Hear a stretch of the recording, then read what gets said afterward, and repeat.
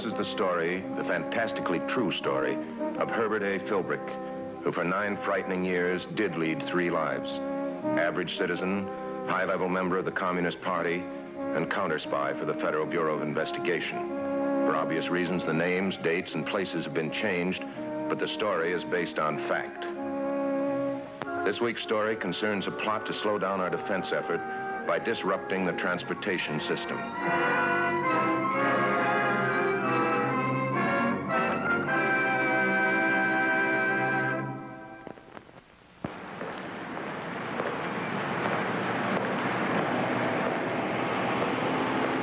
This is one of the regular routines in the life of many an average man. It's a famous American game called hide and seek. The newsboy hides the paper, and you seek it.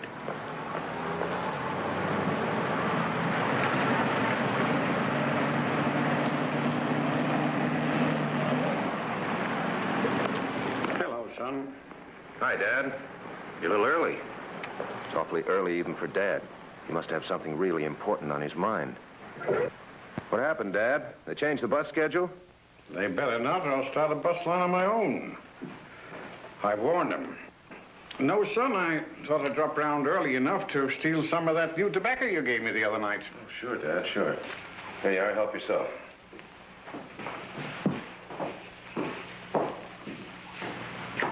Dad's not a very good poker player.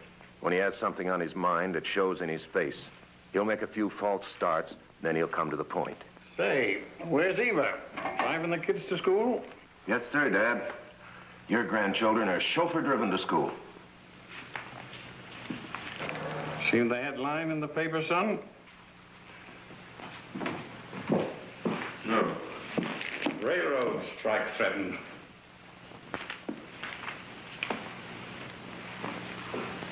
My hunch is right. A railroad man would have something on his mind this morning, especially one with 24 years of service under his belt.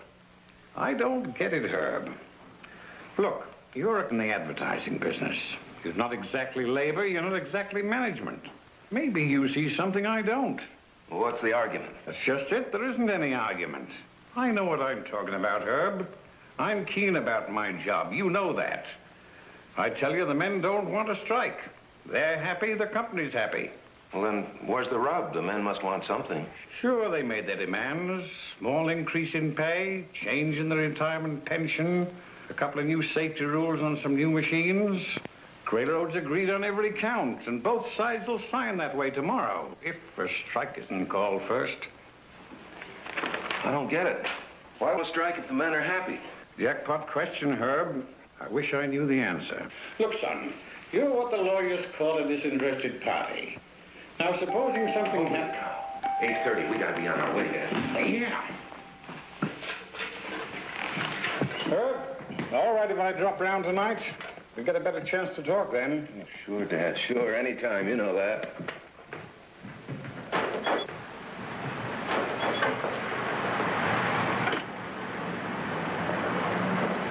It's a good feeling to leave your house on a pleasant morning.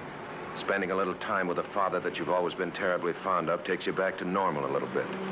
Chance to concentrate on being an average citizen going to work. You can forget for a few minutes that you're a member of the Communist Party. That you're faithfully reporting all communist activities directly to the Federal Bureau of Investigation.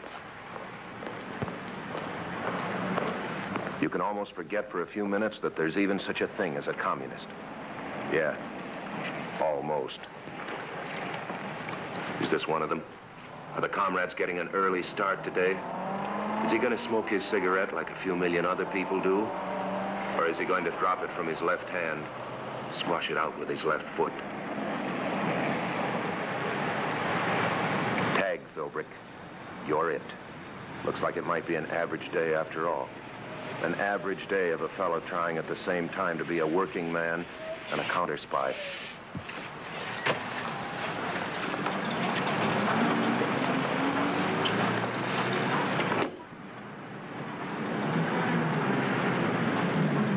Pretty slick. Just another commuter batting his brains out over just another crossword puzzle. I'd never spot him in a million years as an active contact man for the Communist Party. I wonder what kind of job he has as a front. I wonder why he's contacting me so early.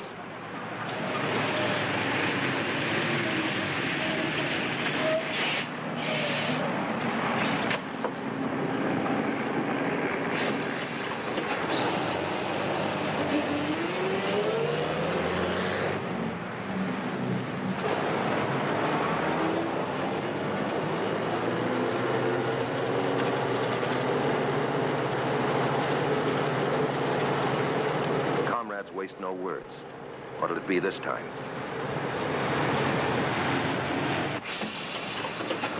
It says urgent. Could there be any connection between this and Dad's problem? If there is, it's easy to understand why Dad's confused. No point in guessing or keeping this to yourself. Just get word to the Bureau and get yourself covered.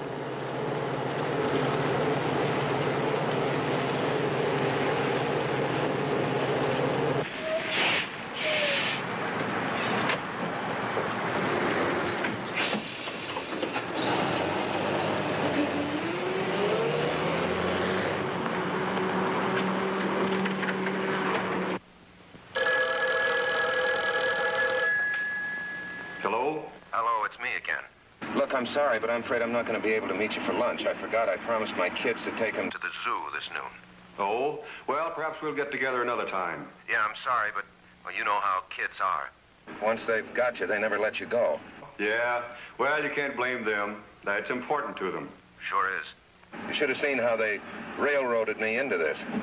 Well, anyway, I'm sorry about the lunch, but I guess you understand. Sure I do. Have a good time. See you. Bye.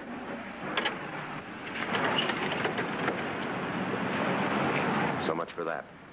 Nothing to do now except concentrate on your advertising business until 12 o'clock. The man said noon. The man said the zoo. But the man didn't say where.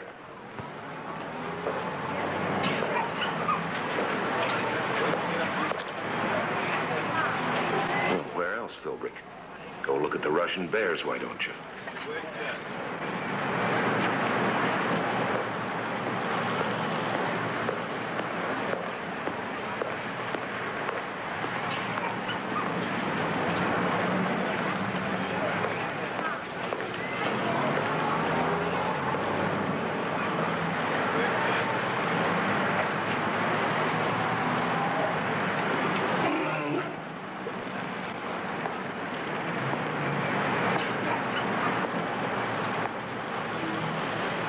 It's the railroad workers.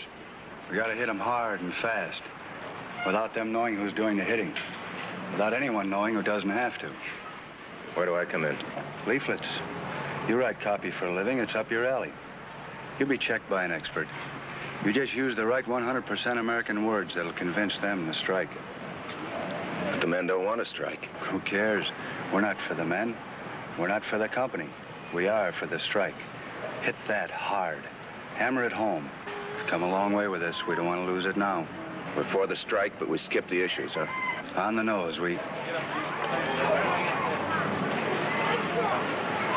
Make it hot. Remember, a railroad strike here can spread across the country in 24 hours. Mushroom into an industrial paralysis.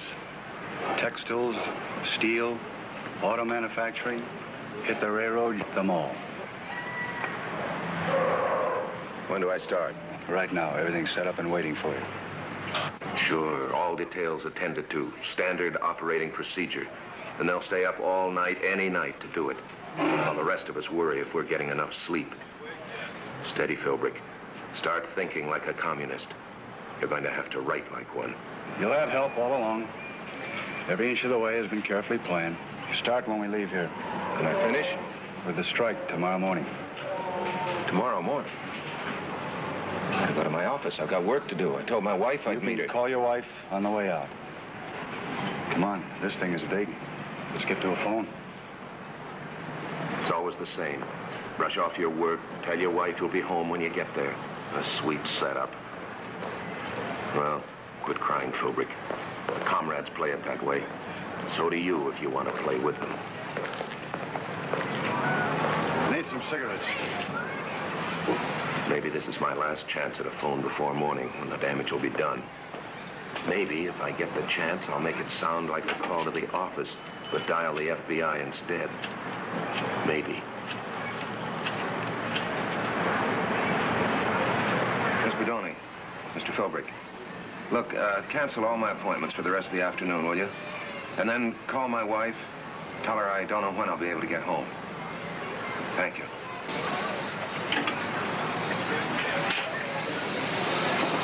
My secretary will take care of everything. I know. I heard her. Let's go. Lucky you made the right call, Philbrick. It's much too early in the game for a slip now.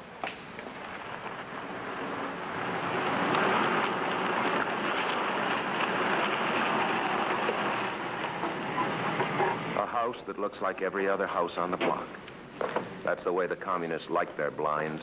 Common, run-of-the-mill, above suspicion. And the same thing goes for party members. Run-of-the-mill types, run-of-the-mill names, average occupations and backgrounds. This one, profession, retired. Former occupation, printer.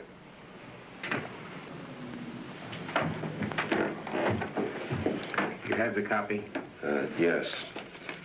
All except the last line. I'm not sure about it. See what you think. Remember, the railroad belongs to the men who run it, and so does the country. Strike out the last part, about the country. It sounds too much like party line. The railroad men must think that other railroad men wrote this, or we shall fail. They said an expert would check me, but I didn't expect an industrial psychology expert whose picture I've seen in the paper a dozen times. The rest is all right. It's well written. Your own work? Must be at least 1,000 different kinds of butterflies in the world.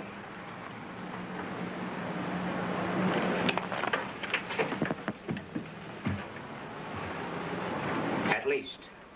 If I answered his question, I'd be on the red carpet before morning as a blabbermouth. The communists talk a lot, but only when there's a chance of it paying off. You like them? I can take them or leave them alone. Come with me.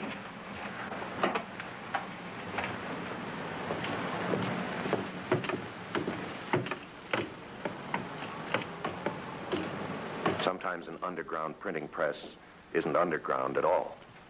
Sometimes it's on the second floor of a suburban home.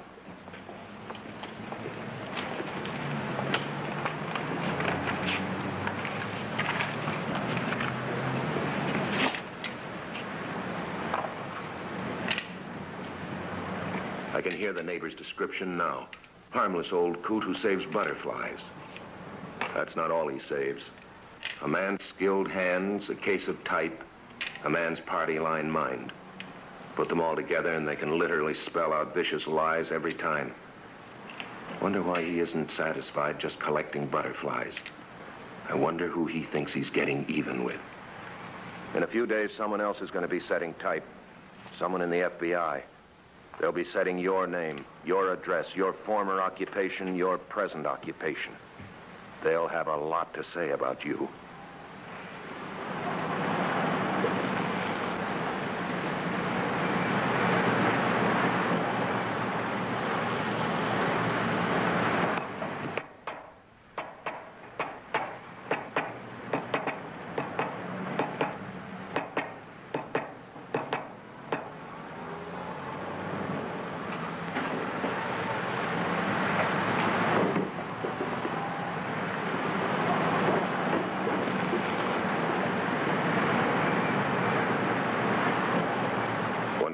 Father will go for this.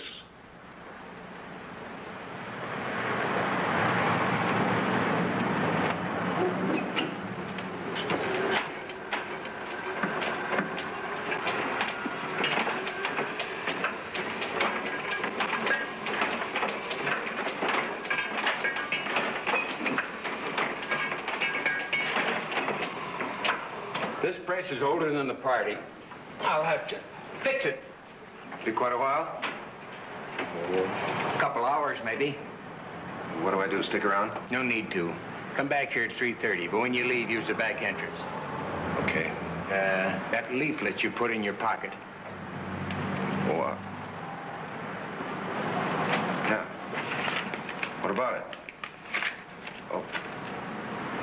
another thing. When Comrade Nichols picks you up at 3:30, be sure you stay with him every minute. Secrecy is imperative today. He is not to be left alone. Those are party orders. Which can be interpreted another way. Philbrick isn't to be left alone. If I stick with him, he's sticking with me. What a spot to find the buddy system.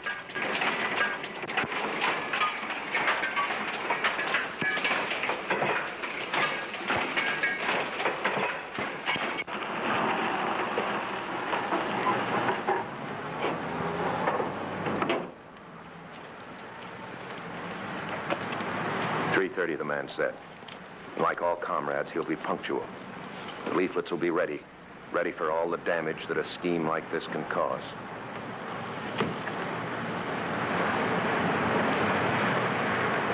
And now it starts. To a casual observer, a man picking up a package of papers. To me, a bundle of dynamite. No way yet to step on the fuse.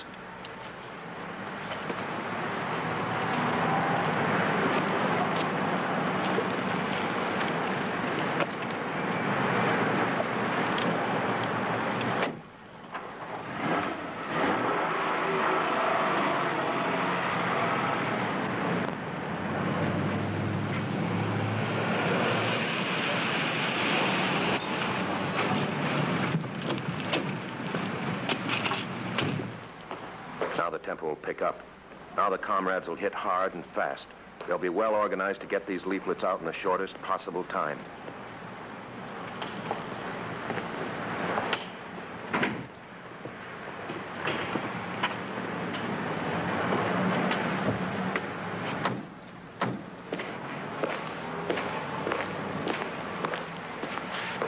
To the public, just another vacant store being temporarily used by a house-to-house sales force. To me and a few other select people, Communist Party Propaganda Distribution Center. Regular headquarters out in the open can't be used this time. The party doesn't want to be identified with a leaflet under any circumstances. Now, when those leaflets get here, I don't want any time wasted. I want them distributed in a hurry.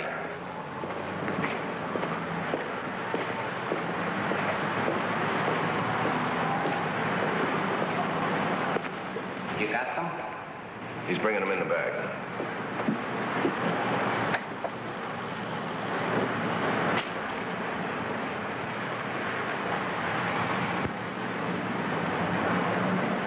The psychology expert again.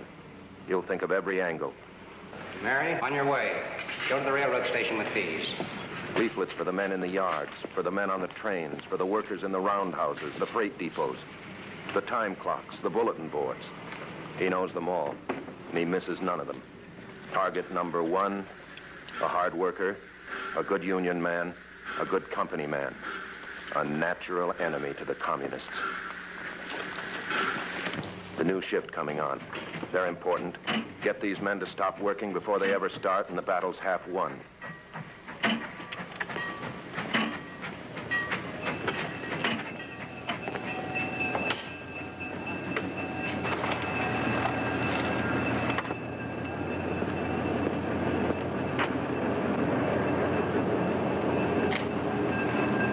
A new kind of safety rule.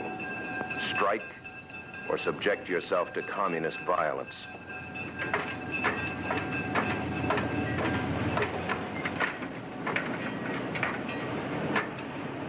You're taking good care of that locomotive, mister. Be sure to take good care of yourself. Quit working before you're forced to quit. Talk it over, fellas. You know what's best for you. Don't risk your necks. Don't risk anybody's neck. See to it that these trains don't run. They overlook no one. Each and every worker is important in this effort. It's a nice choice. Leave your job or take a chance on having your head in bandages. And so it goes, hour after hour. There's no such thing as an expense account, and overtime is a capitalistic dirty word. Not much time left. Just a few more stops and still no way to contact the FBI. Maybe they've been following me. Maybe they've picked up a clue. Yeah, maybe. Wish I could stop thinking about tonight. I'm thinking about a lot of railroad men who are going to be duped into starting a strike because of a lot of double talk. Or worse, who are going to be scared into a strike by the words I wrote about scabbing. Those words plus just enough action on the part of the comrades to make the words stick. How can I let the FBI know what's coming off? Get to a phone? Not a chance. Just hope, Philbrick, that you've been trailed all the way.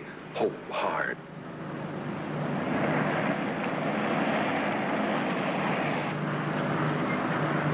Happy days. Now make contact, Philbrick, some way.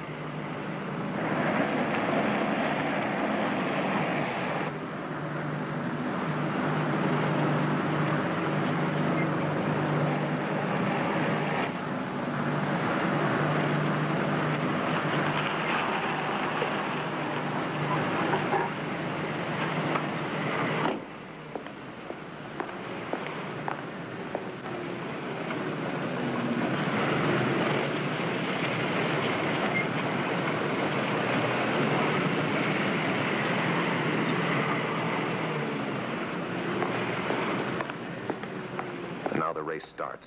What can the FBI do in the short space of time left before the communist strong-armed squads arrive at the railroad station? Attention, please. The Bluebird, track 9, scheduled to depart at 6:40, now loading. Unfortunately, the leaflets didn't do too much good. Almost all of the men showed up for work, but that's because they didn't believe what they read. Now, that's where you men come in. Make them believe it. If you take care of a few, the rest will run. And remember what they read in the leaflet. I'll take care of the conductor. All right. Not too hard, but hard enough. Now, Ben, you and Jesse get the engineer, and the fireman, too, if necessary.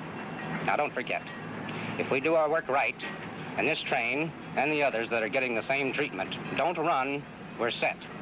It will snowball from there. Now, go on.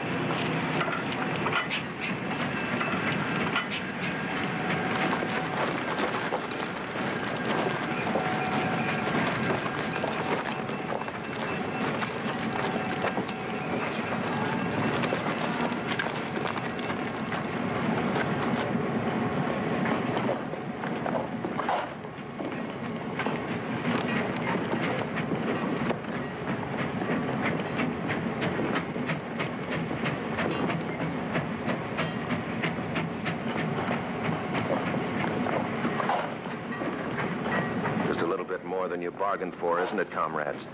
You wanted to play rough, but not that rough. When a company wants men to work and the union wants them to work, you'd better face the fact. This just isn't your day, comrades. Attention, please. The Bluebird, track 9, departing on schedule. Attention, please. The Bluebird, track 9, departing on schedule. Departing on schedule. Departing on schedule. Departing on schedule.